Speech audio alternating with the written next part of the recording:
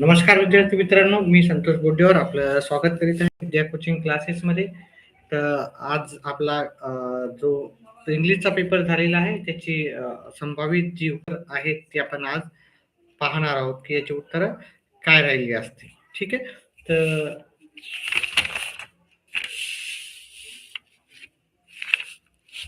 Live आपला class आहे. ठीक आहे. चला, पहिला प्रश्न होता इथे, complete the given diagram expressing the सोपी जर्नी. तर ह्या प्रश्नाचं उत्तर होतं आपल्याला इथं लिसन टू संवाद अँथम. तर याला आपल्याला काय करायचं होतं, complete the given diagram expressing सोपी जर्नी. सोपी जर्नी आपल्याला विचारली होती. तर इथे जे उत्तर लिहायचं होतं ते सोलमॅन solemn and sweet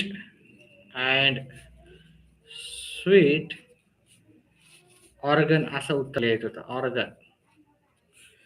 आणि त्यानंतर इकडे लिहायचं होतं ही डिसाइडेड टू चेंज. इकडचं उत्तर राहिलं असतं. चला, आपण याचं दुसऱ्या याचं उत्तर घेऊ. ठीक आहे. अर्लियर लाईफ कशी होती आणि प्रेझेंट लाईफ कशी होती. त्याची जी प्रेझेंट लाईफची जी उत्तर आहेत ती आपण इथे लिहू. डिग्रेडेड डेज तर यांनी दिलेलाच होता. अनवर्दी डिझायर्स, कारण याची उत्तर इथे दिलेली आहेत. तुम्ही जर हे चेक केलं तर प्रेझेंट लाईफ याची कुठं होती, इथे दिलेलं आहे की नाही, his existence. Okay. His existence म्हणजे प्रेझेंट, आताची लाईफ त्याची आपल्याला सांगता येईल. ठीक आहे. Dead hopes, wrecked faculties, base motivates, unworthy desires याच्यापैकी तुम्ही कोणतेही दोन लिहिलं तर उत्तर चालले असते.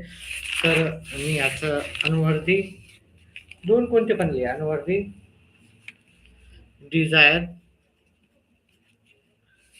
आणि डेड होप्स.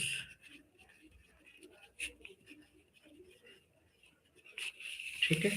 आणि इथे तुम्ही रिस्पेक्टेबल आणि होप्स असं लिहू शकता. ठीक आहे. चला, त्याच्यानंतर आपला जर तिसरा प्रश्न जो होता, तिसरा प्रश्न याच्यामध्ये आपल्याला पहा, याच्यामध्ये आपण उत्तर लिहायचं ते पहा. इथलचा जो जर तुम्ही पॅरेग्राफ पाहिला, इथलचा पॅरेग्राफ पूर्णपणे वेगवेगळ्या याच्यामध्ये लिहिलं तरी चाललं असतं, हे की नाही. तर हा पॅराग्राफ आपल्याला याच्यातलं उत्तर लिहायचं होतं. तर मी ते उत्तर लिहितो, स्ट्रेंज इम्पल्स. मोठं उत्तर लिहायचं का, छोटं उत्तर लिहायचं नव्हतं. तर स्ट्रेंज इम्पल्स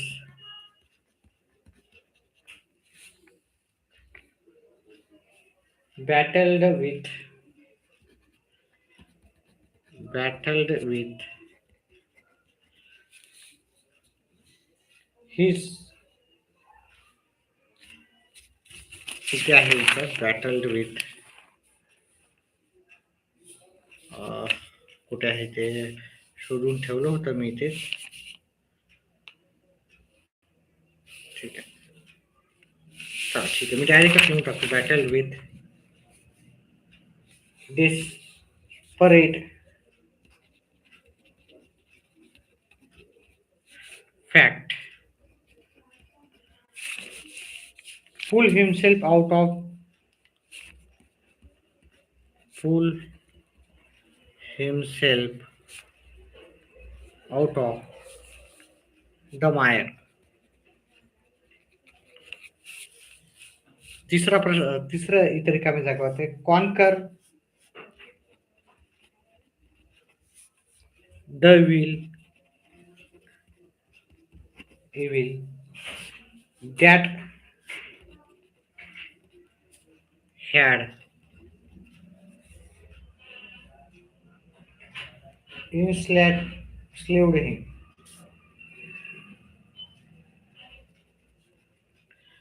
काही उत्तरामध्ये चेंजेस असेल तर तुम्ही तुमचे उत्तर कमेंट बॉक्समध्ये टाकू शकतात.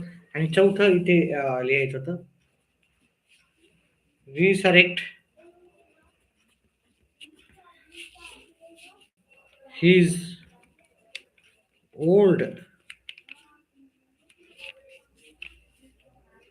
Eager, eager, ambitions, ambitions, and pursued.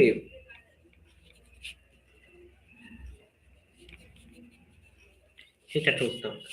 त्याच्यानंतर पुढचं आपल्याला प्रश्न विचारला होता. हा पर्सनल रिस्पॉन्स होता. पर्सनल रिस्पॉन्समध्ये आपण आपले उत्तर द्यायचे होते. ठीक आहे. आपल्या पद्धतीनं तुम्हाला उत्तर द्यायचं होतं.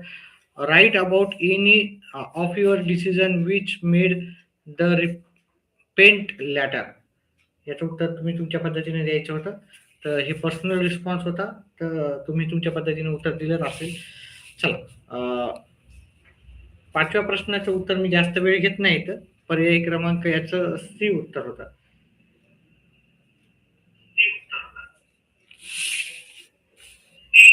इथे ग्रामर होता आपल्याला. ठीक आहे, ग्रामॅटिकल उत्तर पाहिजे होतं. त्याचं उत्तर पर्याय क्रमांक 1 आहे. ठीक आहे. Okay. He would be somebody in the world, he must be somebody in the world, असं पाहिजे होतं. इथं सर्टॅनिटी पाहिजे होतं. सर्टॅनिटी म्हणजे निश्चितपणे पाहिजे होतं. निश्चित हे राहतं. विल म्हणजे शक्यता. विल म्हणजे पहा, फ्युचर. फ्युचर काय एकदम परफेक्टली गॅरंटेड नसतं. सर्टॅनिटी विचारलं तर शूड म्हणजे पाहिजे. म्हणजे त्याने काय करायला पाहिजे, काही नाही, हे आपण शूड हे मॉडेल ऑक्झिलरी दर्शवते. माईट म्हणजे कदाचितच तो करेल किंवा नाही करेल. ओके. याचा सर्टिनिटी नसते. बिलकुल लेस सर्टॅनिटी राहते. ठीक आहे. तर त्याच्यानंतर आपल्याला पुढं जायचं. डिफीट. डिफीटचा जो अर्थ होता, इथं आपल्याला अँटोनिम्स म्हणजे विरुद्धार्थी विचारलं होतं. विरुद्धार्थी डिफीटचं होतं कॉन्कर. डिफीट म्हणजे आपली हार. डिफीट म्हणजे हार. म्हणजे डिफीट म्हणजे पराजय. आणि पराजय होते मराठीमध्ये. कॉन्कर. कॉन्क्वेर म्हणजे विजय प्राप्त करणे. विजय आहे की नाही. पराजय, विजय. मुव्हिंग. मुव्हिंगचं स्टँड स्टील. मुव्हिंग म्हणजे हलता. एक एका जागी नाही राहत, त्याला मुव्हिंग म्हणतो. ओके. मुव्हिंग म्हणजे हालचाल करणारा. हालचाल हे की नाही. हालचाल, सतत हालचाल म्हणू शकतो. सतत. आणि याचा जो समानार्थी होता स्टँड स्टील. स्टँड स्टील म्हणजे एका जागी ओके, एका जागी हालचाल न करणारा, याला म्हणतो हालचाल. हालचाल न करणे. ठीक आहे. हे त्याचं उत्तर होतं. त्याच्यानंतर पुढचा प्रश्न जर आपण पाहिला, इथे काय होतं, डू आय डायरेक्टेड ग्रामर होतं. Choose the correct alternative from the given option showing the correct transformation in passive degree. याचे पॅसिव्ह डिग्री होतं पर्याय क्रमांक 1 होतं याचं उत्तर. ठीक आहे. पर्याय क्रमांक 1. त्याच्यानंतर पुढचा प्रश्न आपण जर पाहिलं, ठीक आहे, याचा आपल्याला करायचं. Choose the correct alternative from the given option showing the correct use of as soon as and रीराईट. As soon as आपल्याला करायचं होतं. ॲज सून ॲज जे होतं ते पर्याय क्रमांक सीचं उत्तर करेक्ट होतं. तिथं वेळ आपल्याला जास्त घ्यायचा नाही. लवकर लवकरच उत्तर सांगणार, जास्त वेळ घेणार नाही. त्याच्यानंतर तिसरं आपल्याला पाहायचं होतं काय आहे याच्यामध्ये. Choose the correct alternative from the given option showing indirect speech. याचं इनडायरेक्ट स्पीच आपल्याला पर्याय क्रमांक डी हे करेक्ट उत्तर होतं. त्याच्यानंतर इथे आपल्याला काय होतं, spot the error and rewrite the following. आता इथे काय लिहायचं होतं पहा, इथं डीड असल्यामुळे इथे ह्या वर्बला आपल्याला डीड नाही लावायचं. म्हणजे याचं उत्तर काय होतं आपल्याला, म्हणजे हे वाक्य आपल्याला ओळखायचं होतं याच्यात चूक कुठे आहे, आणि ती जशाला तसं लिहायचं. We did not attend the party last night. म्हणजे आपण फक्त हे ईडी काढायचं होतं आणि बाकीचं वाक्य जशाला तसं लिहायचं होतं. ठीक आहे. आणि म्हणजे आपलं उत्तर आलं असते. त्याच्यानंतर आपल्याला पुढचा जो उतारा दिला होता त्याच्यामध्ये आपलं पहिलं उत्तर फॉल्स होतं. दुसरं पण फॉल्स होतं. तिसरं ट्रू आहे आणि चौथं हे फॉल्स होतं. जर उत्तरामध्ये काही चेंजेस वाटले, जर वाटत असेल तुम्हाला, तर तुम्ही कमेंट बॉक्समध्ये टाकू शकता आणि तुम्हाला किती मार्क पडतील ते पण आपल्याला कमेंट बॉक्समध्ये नक्कीच सांगा. आणि येणाऱ्या परीक्षेसाठी तुम्हाला खूप शुभेच्छा. कॉमर्सचे मी घेणारच आहे. जे पेपरमध्ये पुढचे पेपर जे पण राहतील त्याचा अभ्यास नक्कीच कॉमर्सच्या विद्यार्थ्यांचा घेणार आणि आर्ट्सच्या विद्यार्थ्यांचा पण घेणार आहे. चल, पुढचं आपण घेऊ. Pick out the sentence from the extract which indicate the strict behaviour of. पहा इथं strict behaviour of parents affecting the children. म्हणजे मुलांवर स्ट्रिक्ट बिहेवियर केलं तर त्याचा अफेक्ट काय होतात. तर जर तुम्ही इथे जर पाहिलं, ठीक आहे, हे A2चं उत्तर आपल्याला इथे जर पाहिलं, तर तुम्ही इथे इथे त्याचं उत्तर होतं. हे इथून पूर्णच लिहिलं असतं तरी चाललं असतं. इथून तर इथपर्यंत लिहायचं होतं. तर पण इथून तर इथपर्यंत जरी लिहिलं असतं तर त्याचं उत्तर तुम्हाला आलं असतं. तर मी आता पूर्णपणे एक्सप्लेन नाही करणार. थोडी जशा तशी जरी लँग्वेज लिहिली असती तरी तुमचं उत्तर बरोबर आलं असतं. हे ऑथोरायटिरियन पॅरेंट्स आर रिजिड अँड पनिटिव्ह हे इन नेचर हे पूर्ण लिहायचं होतं तुम्हाला. त्याच्यानंतर पुढचं जे आहे, तिसऱ्याचं पहिल्याचं जे उत्तर होतं, ठीक आहे. मी डायरेक्ट सांगणार आहे, जास्त वेळ नाही घेणार, कारण आपला पुढचे पण पेपर आहेत. हे तिसऱ्यातलं पहिल्याचं इथून एवढं उत्तर लिहायचं होतं तुम्हाला. हे पूर्ण उत्तर लिहायचं होतं इथून एवढं. ठीक आहे. याच्यातलं थोडंसं शॉर्टमध्ये लिहिलं असतं तरी चाललं असतं तुम्हाला. हे पूर्ण उत्तर लिहायचं होतं आणि हे दुसऱ्या या प्रश्नाचं उत्तर तुम्हाला हे इथून एवढं लिहायचं होतं. ठीक आहे. दुसऱ्या प्रश्नाचं उत्तर पहा, इथून तर इथपर्यंत. म्हणजे तुम्ही जर जास्त जरी लिहिला असता, म्हणजे तुम्ही जास्त म्हणजे तुम्ही पूर्णला पूर्ण पॅराग्राफ जरी लिहिला असता तरी तुम्हाला उत्तर चाललं असतं. इथून जरी लिहिलं असतं, हे इथून एवढं उत्तर त्याचं होतं. हे इथपर्यंत जरी लिहिलं असतं तरी चाललं असतं. चला ठीक आहे. पुढचा प्रश्न आपण घेऊ.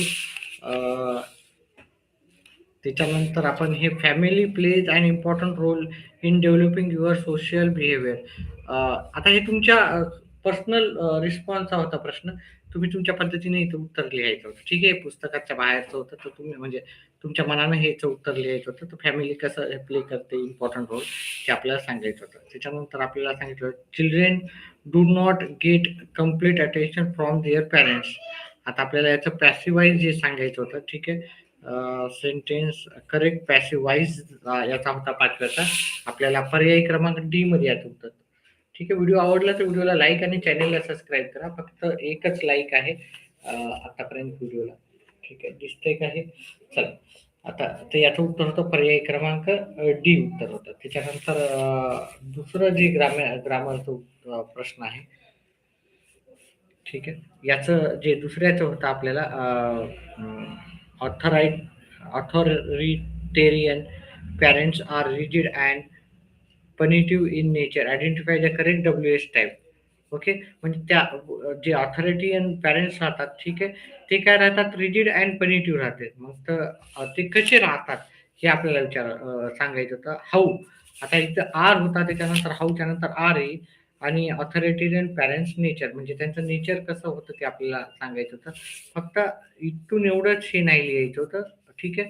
बाकी हे सगळं लिहायचं होतं. तर हे ऑटोमॅटिकली याचं चौथं उत्तर होतं. अतिशय सोपं याचं उत्तर होतं. कोणाचा मेसेज आहे, शौर्य शिंदेचा काय मेसेज डिलीट केला. ठीक आहे. मेसेज करत जा. ठीक आहे. आणि व्हिडिओला लाईक, चॅनेलला सबस्क्राईब करा. कॉमर्सचे स्टुडंट असाल, आर्ट्सचे, तर नक्कीच मी व्हिडिओ येणाऱ्या दिवसात करणार आहे तुमचे जे पण परीक्षावर आता आधारित राहणार आहे ते. चला. तर फाइंड सिनोनिम्स म्हणजे याचा समानार्थी शब्द विचारला होता. समानार्थी. इम्प्रेस आणि क्लोज. इथे इम्प्रेस आणि क्लोजचे जे इम्प्रेसला आपण सेल्फ रिलायबल असं पण म्हणू शकतो किंवा इन्फ्लुएन्स म्हणू शकतो. इन्फ्लुएन्स आता हे एक्झॅक्टली नाहीये, पण मिळता जुळता आहे. आणि क्लोजचा जो समानार्थी होता, इम्प्रेस म्हणजे आपल्याला कोणावर प्रभाव टाकणे आहे ना. इम्प्रेस म्हणजे प्रभाव टाकणे याचा अर्थ. आणि क्लोज म्हणजे बंद. बंद याचा काय होतं, इंटिमेट. इंटिमेट म्हणजे क्लोज करणे, बंद करणे. ठीक आहे. व्हिडिओ आवडल्यास व्हिडिओला लाईक करा. लाईक राहू द्या आपले, जास्तीत जास्त लाईक करायला चार्जेस काही नाही आहेत आपले, फ्रीमध्येच लाईक राहतात. लाईक केलं तर राहतात, त्यातला काही चार्जेस लागत नसतात, त्याच्यामुळे लाईक करायचा. त्याच्यानंतर आपल्याला समरी सांगायची होती. मग आपल्याला काय समरी कशी लिहायची होती, मी तुम्हाला सांगितलं, जर समरी येत नसेल तर मधातल्या लाईनी लिहित जा, आहे की नाही. लाईनी लिहिलं म्हणजे तुम्हाला, आणि कमी शॉर्टमध्ये लिहायचं, जास्त कमीत कमी याच्यात ऑटोमॅटिकली उत्तर. माइंड मॅपिंगचे उत्तर मी सांगणार नाही, तुम्हाला स्वतः करायचं होतं. On competitive exam using your ideas. आता कॉम्पिटिटिव्ह एक्झामचं महत्त्व काय आहे, काही नाही, ते आपण बऱ्याचशा परीक्षा देतो, त्याच्यामुळं आपल्याला माहीत राहतं. तर हे त्याचं उत्तर तुम्ही लिहिलंच असाल, ठीक आहे. कॉम्पिटिटिव्ह एक्झाम्सवर आपल्याला द्यायचं होतं. त्याच्यानंतर इथे आपल्याला विचारलं, select the two statement from the given list, justify the themes of the poem. म्हणजे आपल्याला ही पोएम आपल्याला विचारली होती, याच्यावर आधारित आपल्याला दोन काय करायचे होते, याच्यातले चार मधले दोन सेंटेन्स निवडायचे होते. अतिशय सोपे होते, आहे की नाही. तर ह्याचं बी आणि डी हे कवितेच्या आधारावर आहेत, त्याच्यामुळे याचं उत्तर तर बी आणि पर्याय क्रमांक डी. विद्यार्थी मित्रांनो, व्हिडिओ आवडला तर व्हिडिओला लाईक आणि चॅनलला सबस्क्राईब करा. व्हिडिओला लाईक करा, फक्त 2च लाईक्स आहेत आपल्याला. त्याच्यानंतर पुढच्या प्रश्नाचं उत्तर होतं, फूड स्टेल स्टेल चपाती म्हणजे शिळी चपाती. स्टेल चपाती म्हणजे शिळी चपाती, ठीक आहे. अजून आपल्याला इथं फूड जर विचारला तर आपल्याला cold drink, brown hand and few green hair.